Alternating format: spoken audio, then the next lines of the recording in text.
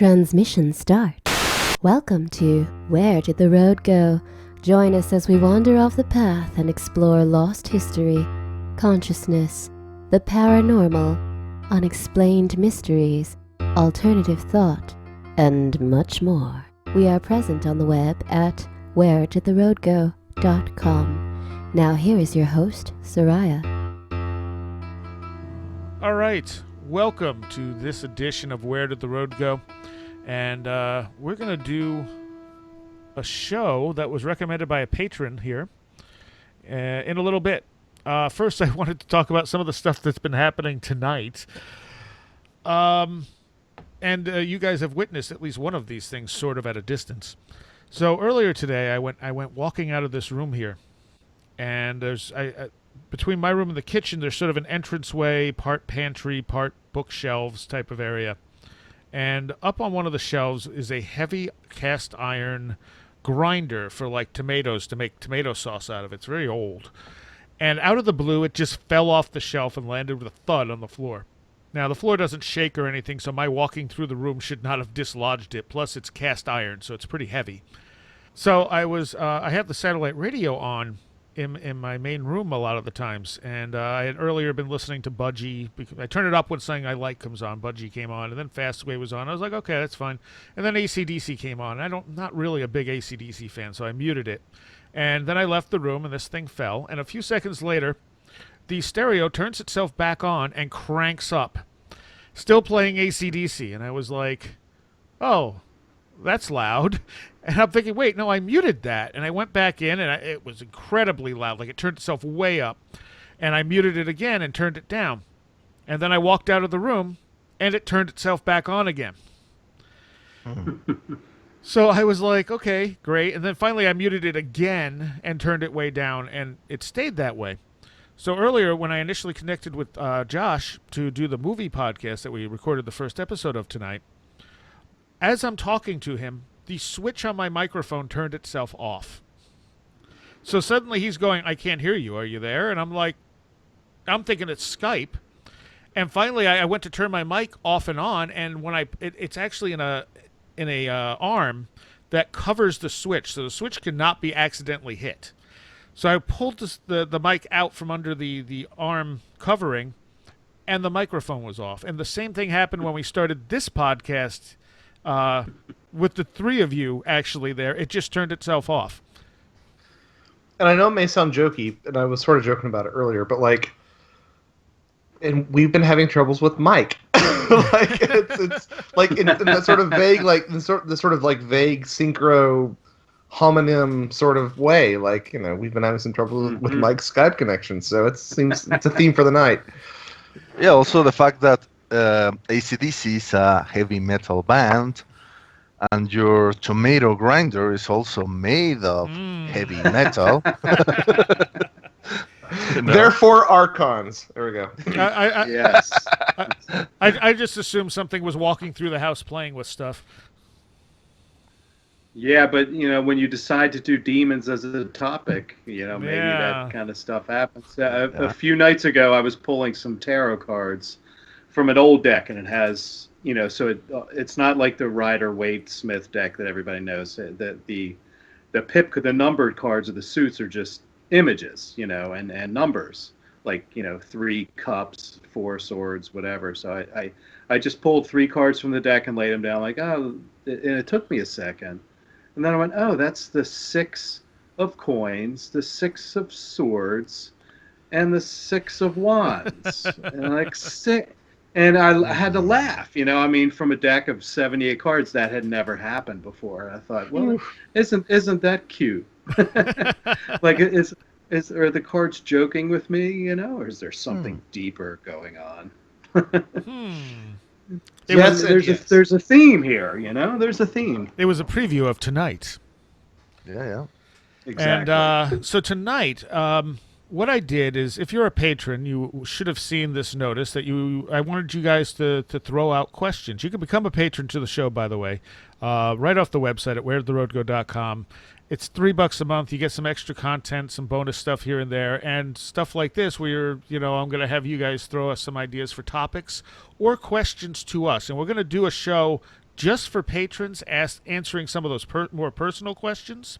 But some of the topic things, like this one, we're going to do as actual shows because we have some really awesome patrons who have come up with some awesome questions for us. My God. Yeah, great job, guys. Great job. This one from Megan says, what about the demonic? What I mean is, a lot of movies, books, podcasts, etc. talk about demonic experiences along the lines of the belief that these type of experiences are caused by demons. What does the Roundtable think of the mainstream perception or portrayal of this type of reported phenomena? That's a big subject. Yes, it is. First of all, we should start by defining what a demon is. Right. And if I'm not mistaken, the term demon comes from the term daemon, Daimon, Correct. which Patrick Harper, of course, wrote The Demonic Reality, and that was more of a muse than anything sinister. Exactly. Yeah, it's a personal spirit that we all have that sort of informs our personality and things. That's the Greek, Platonic, Socratic idea of a daemon. Yeah. Yeah, the Greek word daemon means knowledge, but it was during the Middle Ages when the Catholic Church deemed that any kind of knowledge that wasn't sanctioned by them, was evil. Therefore, the daemon, the knowledge of these entities became, demonical. That's a lack of a better Yeah, they word, were but benign. Exactly. Right. For the Greeks, they were just benign spirits. That we all possess. Yeah. And Christianity didn't like that, so it turned them into bad, naughty things. Yeah. Sorry, go ahead. No, I'll go ahead and you go and then I'll go. Okay, so that Mike is talking about this inner voice that we all possess, and there's all obviously this cliched stereotype of the little devil that is on your left shoulder and the little angel that is on your right shoulder, whispering, things. And obviously, if the things they're whispering are sanctioned by the church, then that's the thing that the angel is advising. And if the things are not sanctioned by the church, then that's when you are listening to the demon on your left shoulder. So it's kind of like the way it goes. No, absolutely, and I think that sort of the overarching theme that we're talking about right now as a whole is just this lack of subtlety, and this lack of being able to parse out what is demonic and what is not. It reminds me very much of the way that the adversary to heaven has been characterized in a lot of literature. Like, believe it or not, there are some that will tell you that Satan, Lucifer, and the devil are three separate things. I'm reminded of a recent episode of Anon Bite with Gordon White. Surprise, surprise, surprise, surprise! Josh is talking about Gordon White. But where he mentions the fact that, especially with like things that are considered the devil, that was more of a trickster, impish, like, oh, my cattle got out in the middle of the night. That was the devil, that sort of thing. Which is something that I think in a lot of media is missing. Like, there's not... I feel like whenever demonic things come up in media, they tend to be deathly serious. Not to say that doesn't happen. In fact, it happens quite often. But I feel like a lot of media completely gets rid of the tricksterish quality and doubles down on the very, like, capital E evil stuff. The very, very scary stuff in a lot of media. And I don't think that's quite accurate. Like, sometimes demonic forces don't want to ruin your life. They just want to ruin your day, Or help you, perhaps. Yeah. That's another facet as well. I will also like to point out this, that how we have discussed in previous podcasts how in this realm of the paranormal, this realm of the 4G phenomena, we're always dealing with a lot of deception. Deception that comes from, I don't know, the intelligence behind the UFO phenomenon.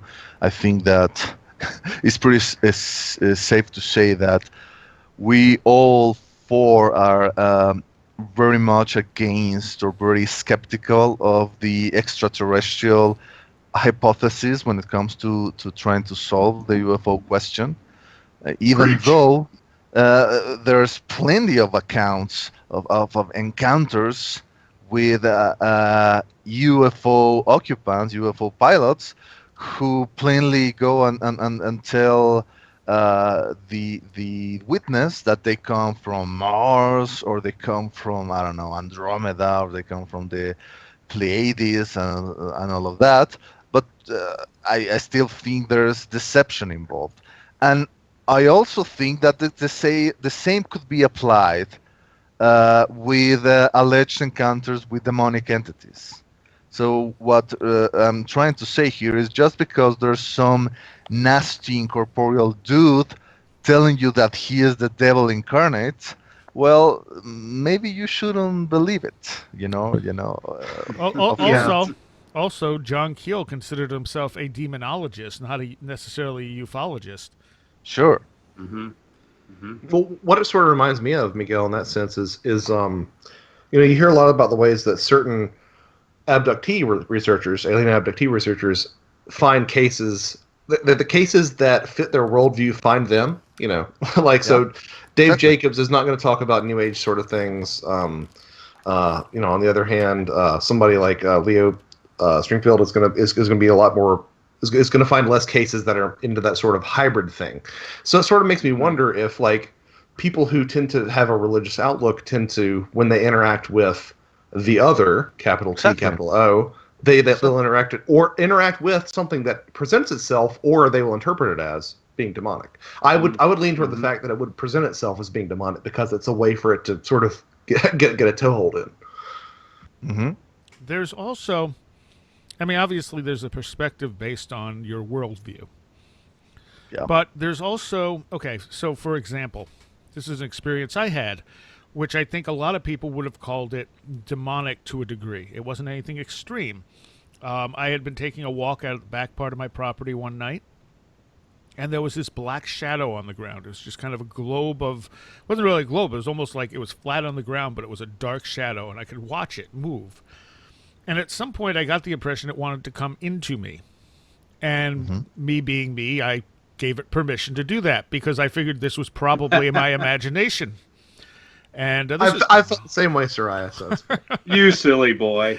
and so it did, and I didn't feel anything different. I didn't feel anything when it got to because it kind of got to my feet and disappeared.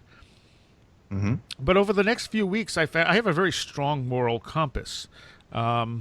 And over the next few weeks, I found that moral compass kind of being challenged. Like, well, why shouldn't I do this? Or why shouldn't I do that? And that bugged me. And at one point I went, why am I thinking like this? This is not me. And then I remembered the shadow. And I went back out that night and I told it to get out. And I watched it shoot from my feet across the yard, just kind of stay there for a bit, and then dart off into the field. And then that stopped. So it's perfectly understandable that somebody would say, well, you were possessed by a demon. But A, the thing wasn't telling me what to do. I didn't even know it. It was almost in the sense of like Satan being a tempter. It was kind of going, well, why not do this? And it was kind of testing my moral compass. And when I walk away from it, I say, well, it made me stronger. So is it really evil if its whole point was to strengthen my moral compass?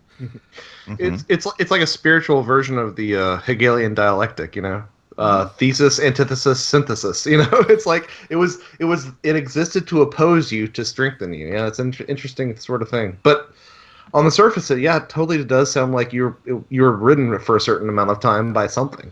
Right. And it didn't do anything horrible to me. My head wasn't spinning in circles. I wasn't spitting blood anywhere. And I didn't even know it was there. I had forgotten all about it until I started thinking back, like, why am I thinking like this? This is not how I normally view things. Wait a minute, there was that shadow. Could that have something to do with it? Maybe it was a weakling demon. Maybe. Or maybe you were just a very strong person. Yeah. Soraya was the training wheels. Yes, there we go. But the thing You got Steve from level 19, who's like, I'm just a beginner demon. I'm just trying it out, and Soraya cast just gonna try it. But the point is it evil if it's really in the end helping you? I mean, from a short perspective, you could say, well, it was evil because it was kind of pushing your moral compass in a bad direction. But in the end, it strengthened that moral compass. So, what was its intent in the first place? We don't know because I can't even tell you what it was. It was a dark shadow on the ground. I mean, it was very clear. It was right in front of me. It wasn't one of those corner of your eye things. Well, I would suspect that if it's anything like the rest of the world, like good and evil are on a certain spectrum. Right. It's not. You don't have heterosexuals and homosexuals. You have people on this sliding scale. Yep. Everybody everybody is on that sort of sliding scale and finds themselves somewhere in between. But or even off the scale. I could also say that somehow I projected that out there in order to strengthen myself, although unconsciously. Maybe it's something that originated in me and just projected itself as an exterior and then did that to strengthen my moral compass, Well, and if you were possessed, that was like the easiest exorcism ever. Exactly. Get out. Oh, there it goes. Yeah. Okay. You had a British demon. Oh dear, I'm so sorry. Pardon me, good sir. Yeah, exactly. But This whole concept. Well, in contrast to that, I mean, the closest thing I've ever felt to evil was, and I talked about it on my original show, was Soraya's my sleep paralysis incident. Yeah.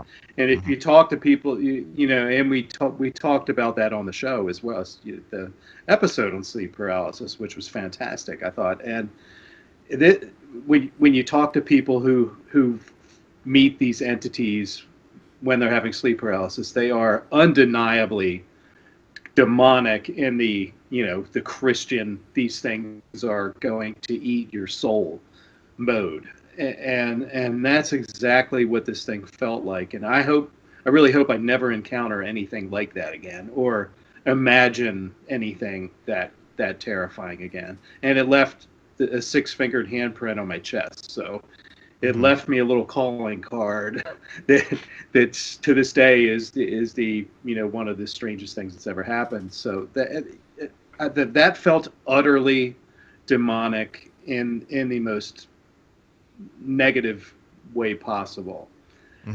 So maybe the thing that got in you, Soraya, if it was a spirit or an entity or something, maybe like we've discussed, maybe there is a sliding scale of these things. Maybe it was just an impish little shadow, whereas maybe there are spirits or entities that are more powerful and that are malign. I don't know. Although not to be pedantic or fundamentalist about it, but I think the fact that it was 6 fingers is sort of interesting in and of itself. What is you were mentioning earlier. With you in the 6, Mike? Yeah, I know, right? Yeah. Ooh. Yeah, I don't know. It's food for thought for sure. All I know is it felt. I've never felt anything that scared me that much before as that thing did. Now you also have, I think, so you'll watch something like a movie about poltergeists, and the poltergeists always become demons, when in reality, parapsychologists have essentially proved that poltergeists are usually psychokinetic phenomena from someone who's involved in the poltergeist encounter. Right. So the media, I don't know if it's been proved, but it's more likely. I mean, it's hard to prove that without being able to prove psychokinetic how it works psychokinetically. Or it could be, you could maybe also throw the theory that there's entities that are using the energy that is available from these youths that are going through these changes and this turmoil, and are using that energy to fuel their little pranks. Okay. Mm-hmm. That's my out of the box RPG thinking. Yeah. But and to sort of like add on to that, add an extra wing to that house. I think that sometimes it's purely psychokinetic, psychological energy focused around a person. I think sometimes it's an entity using that, and sometimes I think it's centered around a person plus an entity, like sort of comes in and sort of uses that as a foundation to do other stuff as well. But yeah, but the fact remains that it's definitely tied to psychology in some sense. I think that's pretty much a given the research itself there. But my point is, like, when it hits the theaters in that form or on television, it's a demon. There's no talk of the subtlety of psychokinetic stuff or anything like that. And why? Because it's something that is ingrained into our culture that frightens us, and it sells. Sure. Yeah, I mean, even Poltergeist, the film Poltergeist, was about what could more or less be considered demonic activity. I mean, it was centered around sort of in this Indian burial ground, but the thing on the other side was the beast. Like it still invoked demonic imagery and demonic, context. It's interesting. Do any of you guys read Christopher Nole's Secret Sun blog by any chance? I used to be a huge fan of him. Yeah. He's been doing a great series on sort of the resurgence of the exorcism and the demonic themes in popular culture. Yeah. And we're seeing a big uptick in that. I think it sort of follows the whole recycling of a lot of 90s material, like 80s and 90s material with Stranger Things and other cultural themes that are bubbling to the surface again after a while. And it's perfectly indicated by the new Exorcist TV show, which I haven't seen. And a great book I read, Paul Tremblay's Head Full of Ghosts, which I recommend to people out there. One of the best horror novels I've read in a while. And the premise is that there's an exorcism taking place, but it turns into a reality TV show. Sure. The film crew comes in and sets up to film the exorcism. Really kind of great, brilliant conceit. Well done. But there's just this, maybe it's a cyclical thing, but suddenly there's all this exorcism and demon stuff percolating in popular culture, and I always wonder why these things rise to the surface again, if it's tied to social things happening more broadly, or if it's just a cycle, and this stuff it gets big, it dies out, and then it comes around again. Yeah, I don't know if you guys have any thoughts on that. Yeah. Well, it's interesting because the 90s were all about. Sorry, go ahead. Well, as a former Catholic, I'm still following, what's happening in the Catholic Church, and there's definitely been some kind of resurgence of exorcisms, to the point that the church was worried that they needed to train more exorcists, to try to meet the new demonic demand that was happening in the market, And it's interesting. Even the new Pope, was one of the first things he did was something that was kind of like hailed as some form of exorcism. There was this guy on a wheelchair or something that they said that he was possessed by demons, and this Pope Francis he laid his hands on his head, and the guy kind of jerked out and something, and they say, oh my God, Pope Francis performed an exorcism. Then the Vatican said, no, he just prayed for this man's health. But anyway, the idea is that the Catholic Church definitely is claiming that there's been an increase in demonic possessions. But is that in response to the uptick in the media about it, which has made it a more viable explanation when something weird happens to someone? I think it's sort of more of a cultural reaction in a lot of ways. I mean, you look at the 90s, and the 90s were all about conspiracy and the the ETH, and things are kind of okay, but we can fix them and make them even better by combating forces on Earth. And I feel like a lot of the expression in the teens that we're seeing is that the planet is done. Like, I think that everybody on both sides of the aisle kind of feel like the planet is done. Like, is there some other place that we can seek some refuge and solicit some help from, and in looking towards the spiritual, which I think there's been a big uptick in the past couple of years of the spiritual. With that comes the idea that there are negative forces in that domain that sort of interact with us as well. That's my own personal 2 cents. Sure. Well, the 80s, the 80s had the satanic panic. Yes. You know, Right. I was Yeah. I was in the midst of that as someone who played D&D and Yep, you know, same here. listen to heavy metal music and Oh, you're gonna go to hell for that. and and that you know maybe that's part of this recycling cultural energy that's going on. And does this feel that way? I mean, does it sort of have Uh, that sort of sensation? just the popular conceptions of in popular culture, popular media, seeing the resurgence of this of demonolatry and exorcisms and things. It does feel similar to that, so maybe this is just a cycle that goes around, but it really does. And I do encourage people to check out that video of Pope Francis. It's fascinating to watch him walk up and put his hands on this disabled kid, and it really seems like there's something strange happening there. Something out of the ordinary, a pope just blessing someone. And there's a lot of I was just reading in there apparently there's been an uptick of exorcisms and exorcists in Mexico. Red pill. So maybe you can talk about that. And they tied it in with the not the resurgence, but the growth of the Santa Muerte cult and things like that, and the church being afraid that people are worshiping these folk saints that they don't approve of, and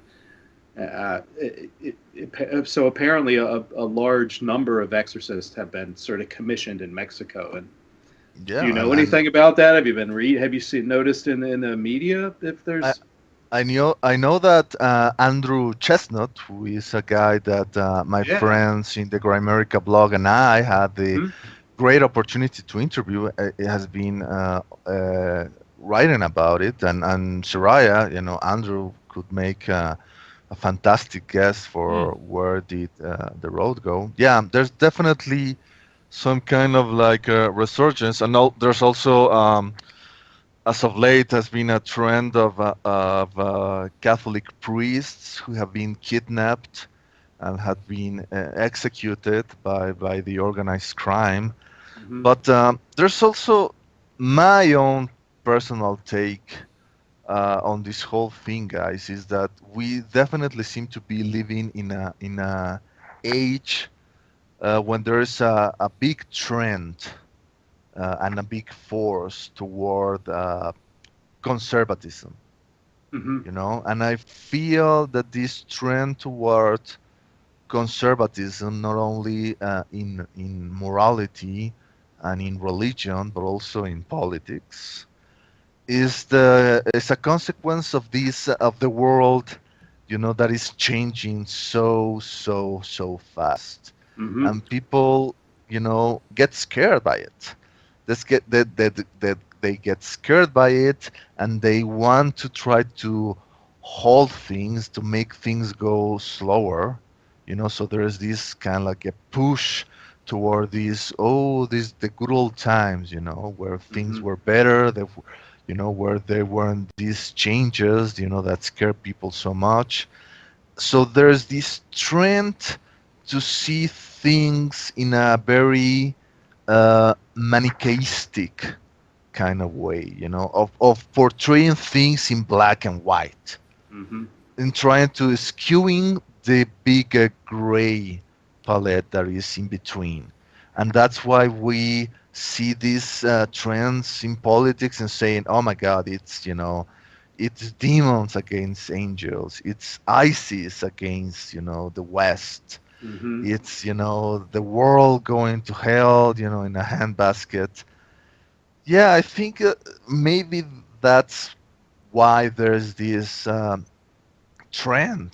There's these reports of exorcisms and whatnot. It's because maybe it's a natural response of the populace, of the collective unconscious, of feeling that things are going too fast, and we are trying to go back to a slower, kinder, calmer era. Hmm. Okay. All right. I think you've hit the nail on the head in a lot of respects. When things seem to be out of control, people want easy answers. They want easy solutions. And what's an easier thing to blame than, oh, the devil made them do it? Exactly.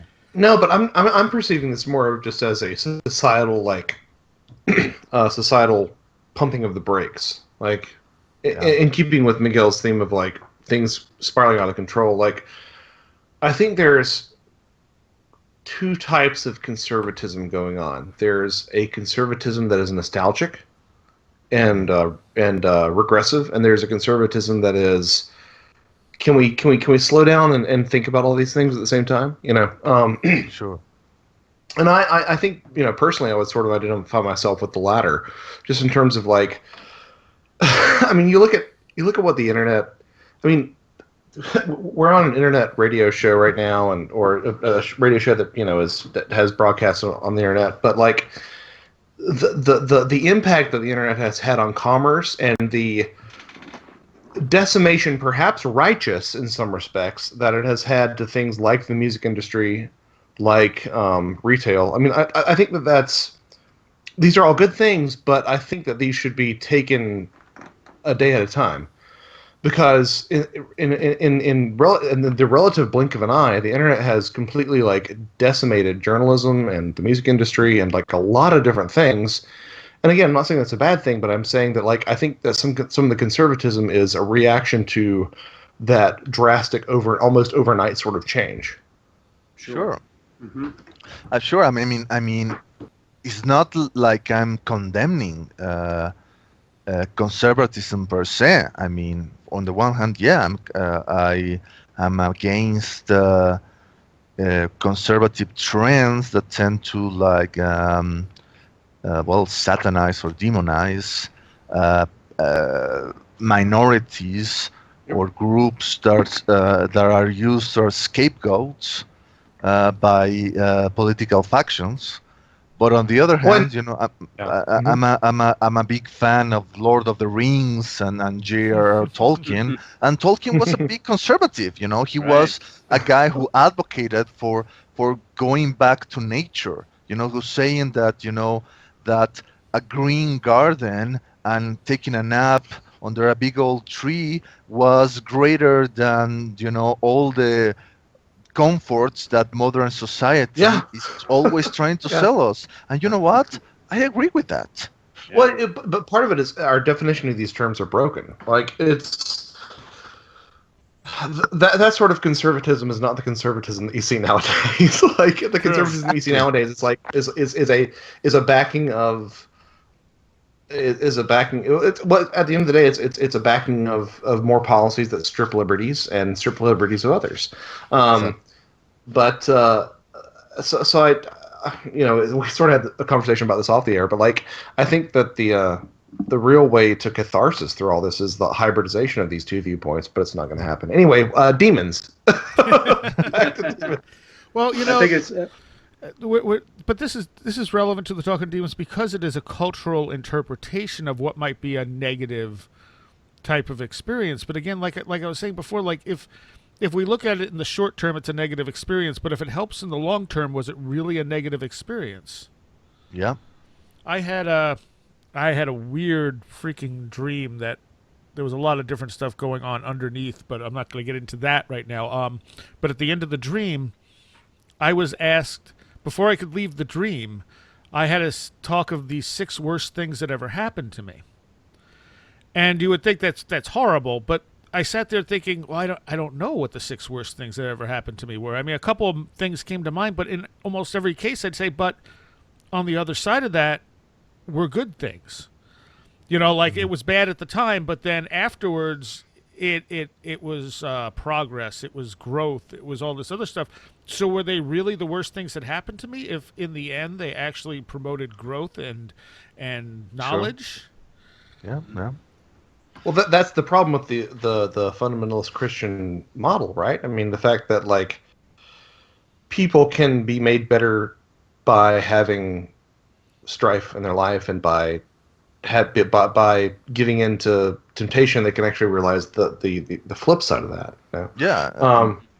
Yeah, And go there's ahead. the idea that the saints, the those people that are closer to God, are the ones that are allowed to be tempted by the most powerful demons. I mean, we, those the common people, we don't really need to be tempted by the devil to do terrible things. We do them or on our own accord, according to these religious interpretation. But someone like, I don't know, Mother Teresa, if you want to see her as a saint, and she was recently canonized by the Catholic Church, you will see her and all the Catholic saints as being, tempted by really, the most powerful, the elite demonical legions, that is the interpretation that is given by religion of why would a benevolent father will allow its creatures to be tempted or be tormented by these demons. And at the same time, Sarai, I think, has a good point, but if it's all for the glory of God, as it would be interpreted by a Catholic, then in the end, should it be considered an evil? I mean, the whole the etymological meaning of the word Satan comes from shaitan, which means like enemy or adversary. Mhm. But adversary could also be the guy who you are playing against in a match of tennis. Yeah. So does that mean that tennis is demonic? That's if a your very good if point. your if your soul is the ball that's being knocked around, yeah, maybe. That's a really Yeah. good point. Yeah, that's really that's my only thing is that like there are very few magical and from my understanding, because Mike might be able to speak more to this, but like from my understanding, there are lots of interpretations that the devil isn't evil. There are lots of interpretations that Lucifer is not evil, but pretty much all the Satan interpretations are that Satan is evil, and that's at least my understanding. Because even if you look at like the modern Satanist church, it's not really a Satanist church. It's a secular humanist sort of organization. Well, Sure. but that's from what I used- understand, a lot of yeah. Go ahead. Sorry. but that's just used as Satan was the ideal that was used as opposition to the church's norm, which was felt to be corrupt. Yeah, it's a placeholder. But I guess what I'm getting at is I don't want to deny the fact that I think there is such a thing as absolute evil in some sense in the universe. Am I alone in that? Sorry. Sorry. I don't know. It's something that I've been thinking about. I mean, since forever. Like for example, Mike's horrible experience. During this sleep paralysis encounter. I mean, if that entity had been 100% evil, well, we wouldn't be talking with him tonight, would we? Maybe. That's true. I Okay, so maybe not evil entities, but like I think that evil exists in some sort of abstract form. I guess is Of what course, I should have said. The problem is that evil is a moral concept, and moral is, well, whether we like it or not, is subjective. Like 200 years ago, slavery wasn't considered to be evil. right. So I don't know. Demons. I mean, great question. It's forcing us to go and revise all of these concepts and to force us to see that we really don't know what's going on. Well, I mean, even in nature, I mean, what's we look at Exactly. a cat, and a cat's a lovable, cute little creature, but not to the mouse. To the mouse, the cat is hunting. That's the devil right there. Cats are actually one of the most destructive invasive species on wildlife too. Really. Exactly. Yeah. Yeah, to birds. Yeah, they're really Or to humans, if they are pumas. Yeah. Exactly. And they're beautiful animals. I mean, speaking of, I'm not sure about the absolute evil, but I do lean in that direction sometimes. Did have any of you guys read M. Scott Peck's books? He wrote The Road Less Traveled, but he also wrote, interestingly enough, a book on exorcism. No. And he performed exorcisms as a trained psychologist, but also as a minister, I guess, very much from the Christian viewpoint. Fascinating stories. I can't remember the name of it right off the top of my head, but Soraya, maybe you could throw it in the show notes or something. Glimpses of the Devil. Does that Glimpses sound of the Devil? Yes, that's the one. Fascinating book, and some accounts in there that are just truly chilling. And the other anecdote that I can never shake is the psychedelic researcher Stan Grof, who did a lot of research with LSD and psilocybin back starting in the 50s in Czechoslovakia, and he had an experience where, and these were mostly patients with mental illness and things like that. Not all of them, but some were, and he describes a woman whose face literally changed. Like it completely morphed into a different looking face. And now he's not on the drug, he's not taking LSD. Right. He's a legitimate woman is a scientist, subject yeah. he's looking at this woman, and her face dramatically changed to the point where it freaked him out. And she projected this really evil, demonic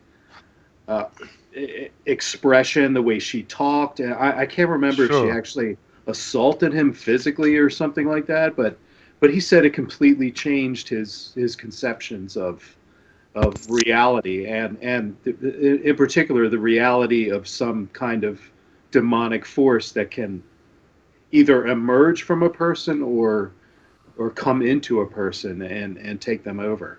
And the other, you guys can look this up too. There's a video of a voodoo ceremony by Maya Deren, who was a filmmaker who was the first to really film Haitian voodoo ceremonies.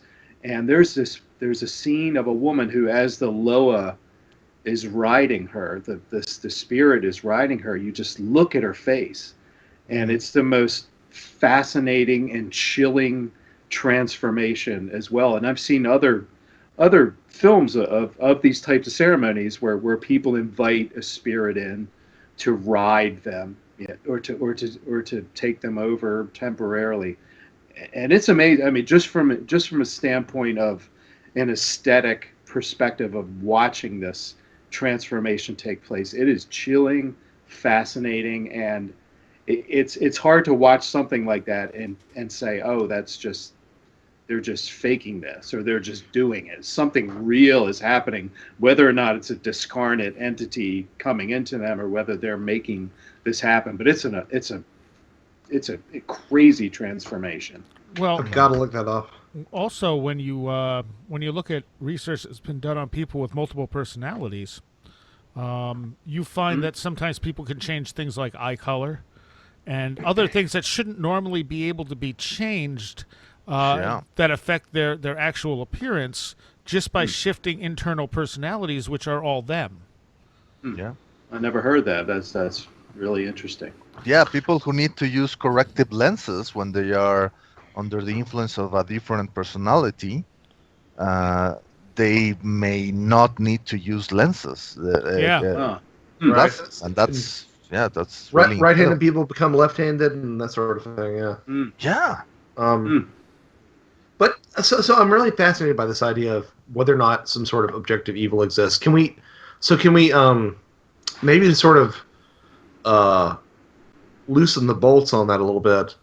There are forces that are at best ambiguous about the well-being of humanity and human beings. Oh, maybe that's a better way to put it. Or at worst, perhaps wish to inflict harm upon human beings. Is that a more nuanced way of sort of framing that sort of evil? Well, I idea? mean, isn't that kind of the concept behind a lot of Lovecraft stuff? That there was the old ones who once roamed this planet but were banished by the elder gods, and they hate humanity and want to destroy them and have their home back. Or they're just It's at best indifferent. Yeah. Yeah, Exactly. completely indifferent to us. To me, we're an as indifference inconsequential. universe. Yeah, exactly. An indifference in indifferent universe, to me, is far more terrifying than a universe that filled with entities that hate us. Because hate is just the other coin, the other side of the coin of love.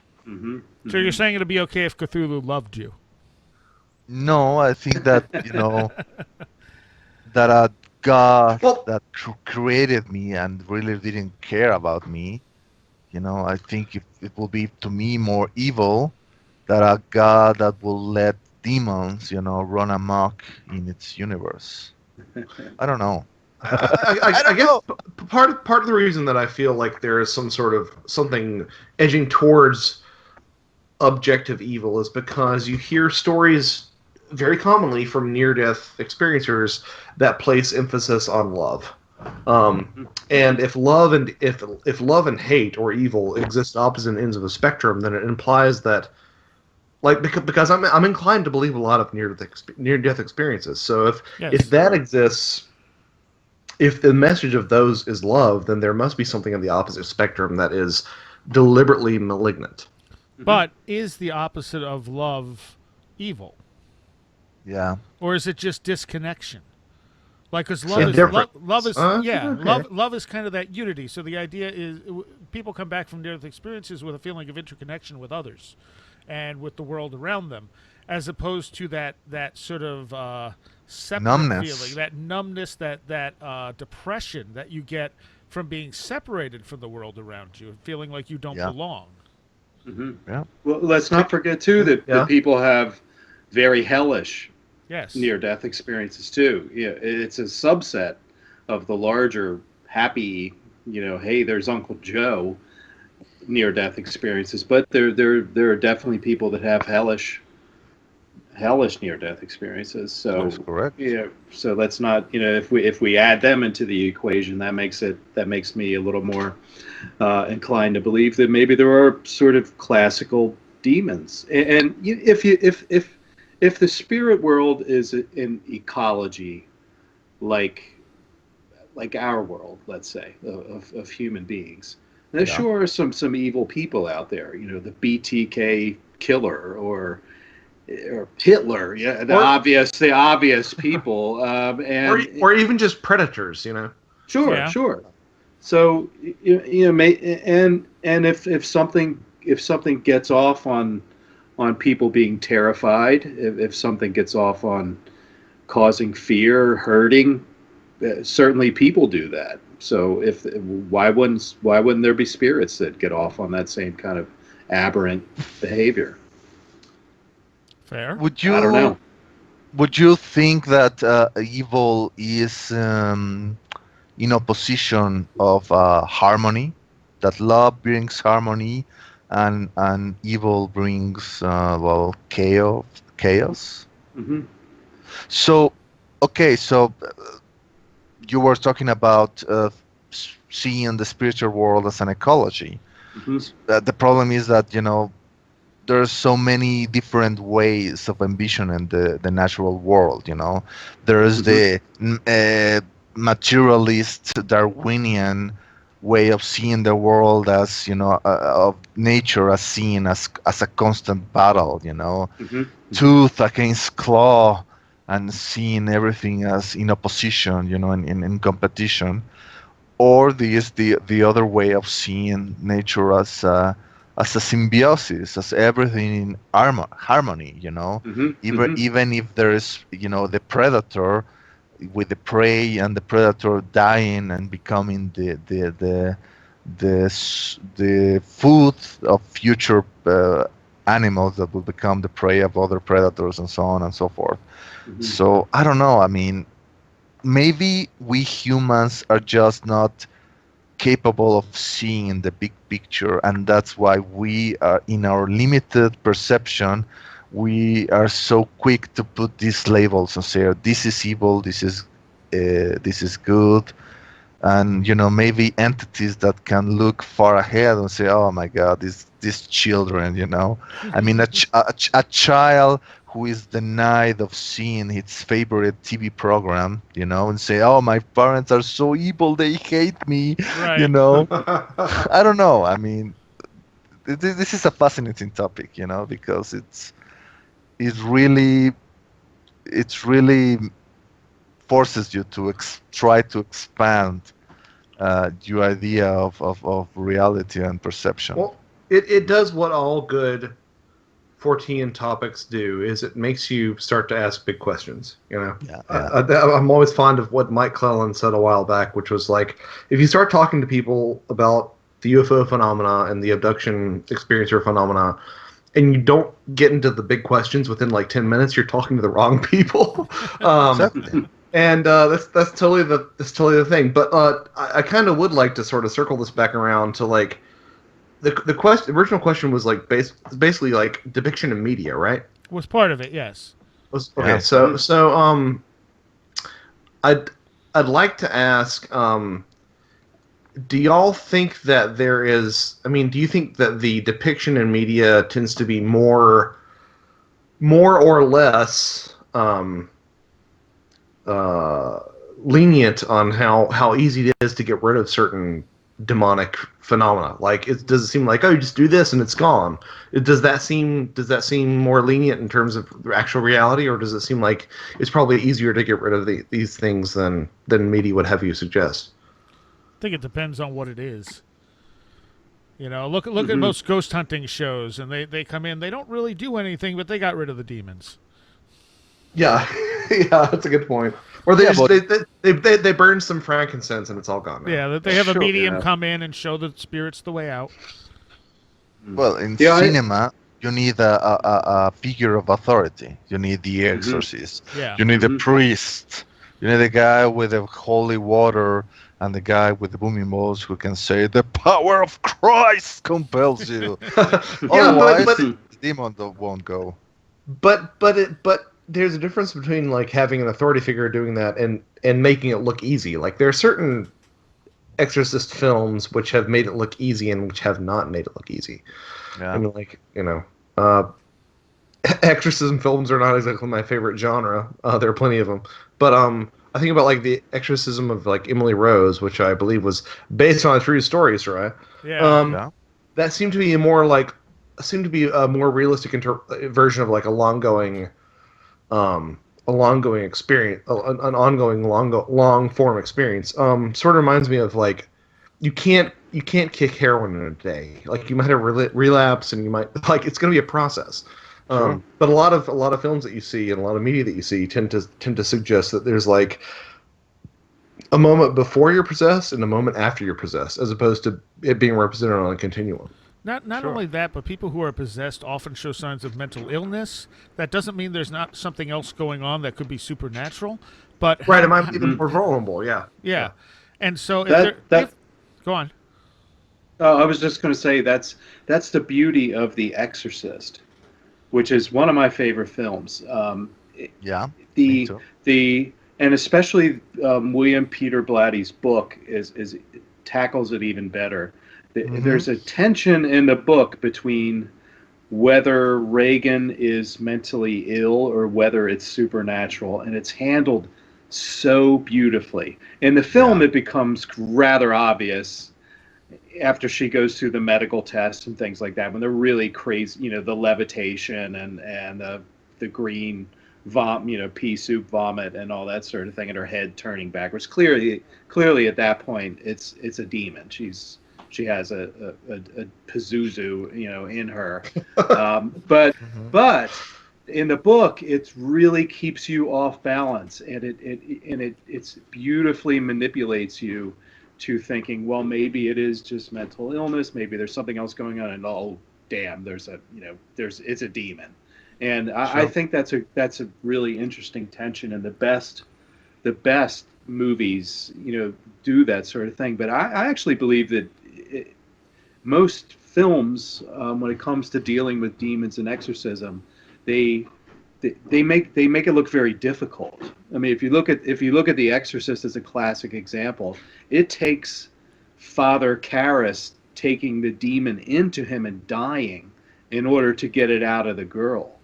It's not a matter of the I, power of Christ compels you. It's Yeah. the priest giving his life, in a very Christian, sort of idealistic way to take the demon out of the girl. And then at the very end, it's a beautiful scene. And this movie drove people back to the church in hordes Mm-hmm. when it came out. At the very end, Reagan looks over at one of the Jesuits, and she goes up and kisses him on the cheek or something. It's a really powerful moment.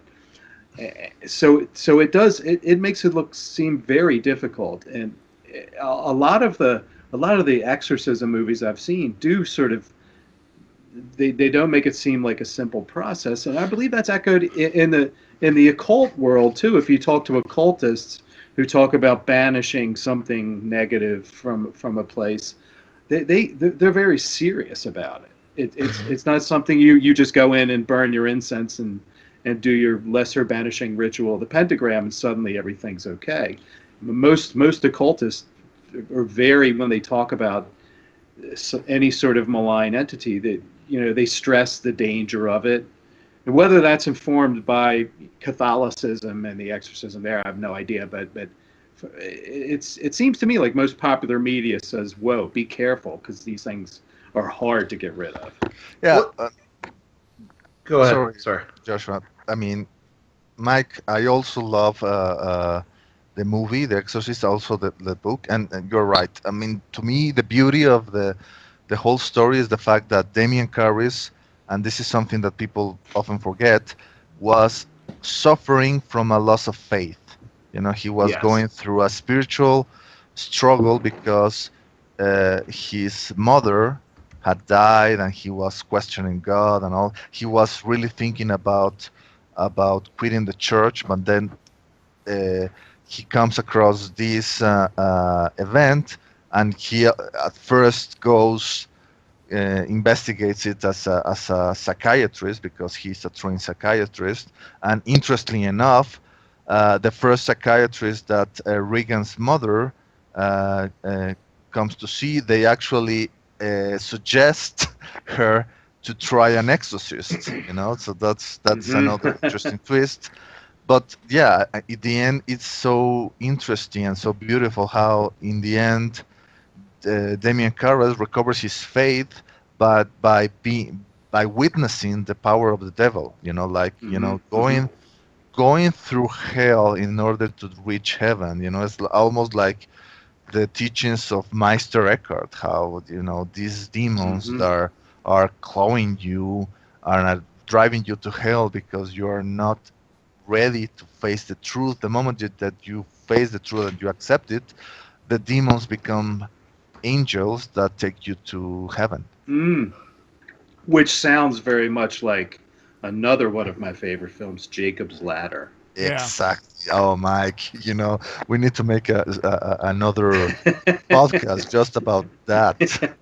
We do. But that, I mean, Well, talk we. about angels being, Well, demons funneling you, burning you, burning the crud off your soul, Right. so Right. Exactly. you can go to heaven. Hmm. Which is another example so of how the weird way we think of these things. We think of them as, we're terrified of them, but as we've been discussing, they also seem to help us to evolve. Well, that goes back to the beginning where I said, depending on how big of a picture you look at, is it really evil? Mm-hmm. Mm-hmm. And sort of circling back to the difficulty thing, I think it's easy, especially with like cinematic media, to confuse difficulty with dramatic.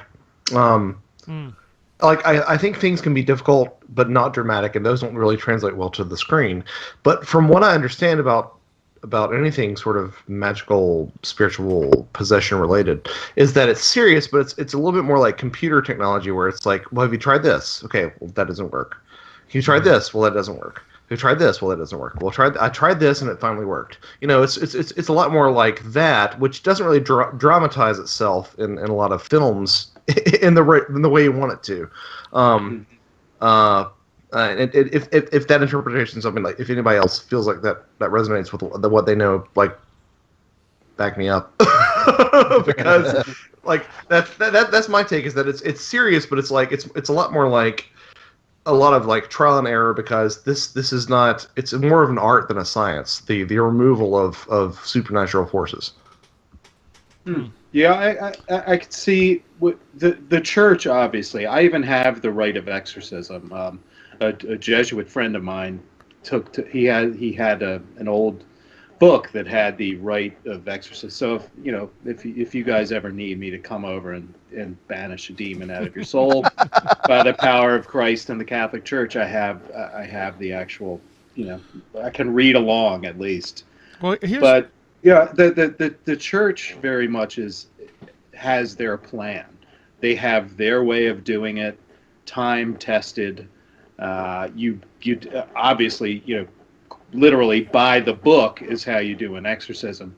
But Josh, I think you're right when it comes to other more eclectic or occult traditions, that it is more of a kind of feeling your way around, and because it's not your idea of the demon isn't so clear cut as this is a demon sent by Satan, so the power of Jesus is going to get rid of it. Well, if you're working with an entity that it predates Christianity, maybe as an occultist trying to banish something or get rid of something or limit its influence in someone's life, it's not going to respond. It might laugh at the name of Jesus, because it goes back to the Babylonian times or something. But here's the thing: how much of this, the supposed demon's identity, comes from the belief system of the people interacting with it? Sure. Yeah. Exactly. It can be sort of something that we don't understand, but we're putting its identity on it. It's kind of like a ghost could be a wandering, piece of consciousness. But when people start going, no, it's the spirit of this dead person, it then assumes the spirit of that dead person. Right. It mimics. How much does our belief feed this thing and reconstitute it or change it to reflect back, just like we talk about the UFO experience, and the show with Greg Bishop in particular. He's saying, this thing is modeling itself off what we think it might be. So if you're an evangelical Christian and something gets in you, maybe it's going to act like a traditional anti-Christian demon. Sure. Yeah, maybe if you're in a different culture somewhere else in the world, it's understood in a different way. Maybe that's how it acts. Maybe it adapts itself. Well, which is why cases where people find out something that exists outside their current framework are so compelling. Like, which is where, it's completely hypothetical, but like an evangelical Christian feels that they're possessed, and they discover some sort of, they start writing like ancient Sumerian text. Like that's outside of your purview. That's not even in the Christian narrative, but that is something that obviously must be coming from an objective other, which I think also, to sort of bring us into some deeper themes, rules against the idea that supernatural events are our higher selves. Like it suggests that there is something exterior to what we are drawing upon. what if Satan is a very ancient spirit that suffers from Alzheimer's disease? And they keep telling him, "Yeah, you're the devil." And say, "Well, yeah, well, maybe I am." Damn kids, get off my magma field! Now, the other aspect in the media, other than movies, that you see demons mentioned a lot, of course, is the various ghost hunting shows. Oh, And they have so propped up this idea that, oh, it's done this, it must be demonic. Got 3 scratches, it's evil. It's evil. They jump to such quick conclusions just to spike up their ratings. Yeah, Yeah. titillate. There was a horrible one on Paranormal State. I've only watched a couple Paranormal State episodes, and I really hated them. But there was one where the woman clearly had some psychological issues, and they were treating it as a possession. And at that point, it's just downright dangerous because they were putting this woman's life in danger. And whether they believed it was a possession or not, that should not be the first thing you go to. It should be, oh, let's take this person in and have them talk to a therapist, see if we can figure out what's going on. Right. That's why we walk a dangerous line. This is a really dangerous subject, and that it fascinates me because of that. Obviously, being the weirdo that I am, but there are people that die from exorcisms. Yeah. You read about these cases all the time. You read about people being slaughtered, because they're albino in some country in Africa, or witches. I mean, there was just a woman burned for being a witch in Peru, I believe, Sure. just this week. So that's what is this crazy razor's edge that I see when you talk about this stuff. Like if you fuel the idea that entities can possess people, and I kind of lean in that direction, Sure. then how careful do we have to be to say, but you can't make that assumption. You can't burn someone. Please have them checked out by a competent mental health professional, because people die. It's this weird belief that if you believe it, you also have to be ready to condemn people who believe it but take it too far. I mean, we're talking about evil, and I agree with Mahatma Gandhi when he said that subjecting people to poverty, that to me is the greatest evil in the world. Mm-hmm. That the indifference of people in the highest echelons of society, people in corporations who have no moral qualms whatsoever of firing their employees and letting them deal with the problems of trying to raise kids with minimum wage, which is not even necessary.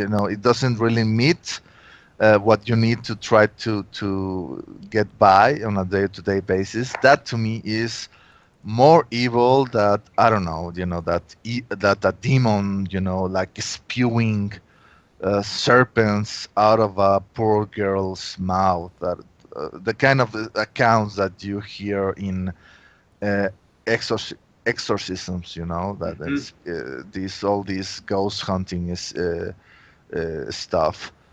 That to me is the real evil in the world. That's a great point. Yeah, I don't know. That's a great point. All Yeah. right. Do we exercise Wall Street? Exactly. The way that Hopefully. the hippies tried to levitate the Pentagon. Did a ritual with that. Absolutely. I mean, evil can live in a very nice penthouse in Manhattan. Mm-hmm. Mm-hmm. All right. Well, we're almost out of time, so why don't we get some last thoughts on this? And it feels like this is a subject we can probably take another twist and come back at on a future show as well. So let's get final thoughts, Mike. Yeah, I'd love to hear from readers listener readers. That's my writer persona kicking in. I'd love to hear from listeners about this topic. It is a fascinating topic. We have such great smart people listening to the show that I would love to hear their feedback. For me, as someone who writes about this stuff, it is endlessly fascinating. It's to me, supernatural, demonic stuff is more terrifying than banal human evil. There's just something so mythic about it. There's something so that has always attracted me, and why is that? I don't know. Are we are we sort of looking inside at ourselves when we think about this stuff? Maybe. If there is an ecology of spirits that we interact with, are some of them bad guys? Do they do bad things? Do they like to hurt people? I don't know, but it's a tremendously fascinating subject, and I can't get enough of it. So I'd love to hear what some of the listeners think, and I've really enjoyed this particular conversation quite a bit. Joshua? Yeah, well, I would say I think this this topic definitely deserves a lot more conversation, a lot more thought.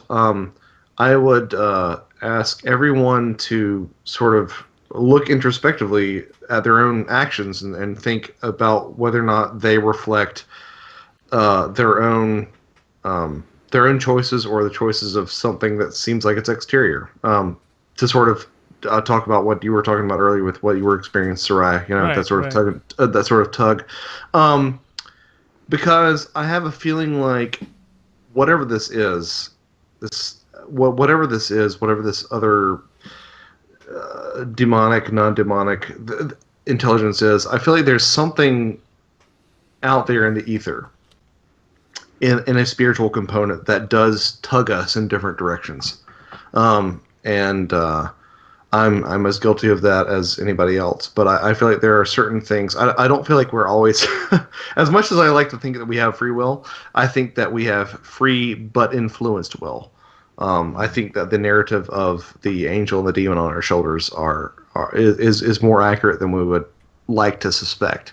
And so that's where I would really leave it. But at the same time, don't be afraid and don't be scared off of engaging with and talking about these topics. You'll find some people who are evangelical in nature who will say, "Don't even talk about this. Don't even engage in this." But I think that is that is sort of that's just a ridiculously repressive idea. Like, you should be able to engage in this because in order to know the enemy, know yourself. So that'll be my takeaway.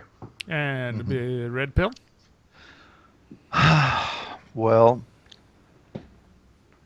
one of the things that I've heard time and time again about people who have tried the ayahuasca potion from the Amazons is that the vine forces you to see whatever actions you have committed in life and the repercussions it has had in the lives of other people from their perspective, right? For better or for worse, it forces you to see that. So at the end of the day, yeah, I'm very open to the possibility that there are negative entities out there, living among us, and we are unaware of it, and then maybe they prey on us the way that we prey on other species. But the thing that scares me the most is that I may wake up some morning and I may look in the mirror and I may really take a hard look at myself, and I may realize that I'm just one of the demons haunting this world. That I'm part of the problem instead of being part of the solution. So try to live your life in harmony, and maybe by doing that, we may not be so scared of those demons that are haunting us after all. Perfect. Well put.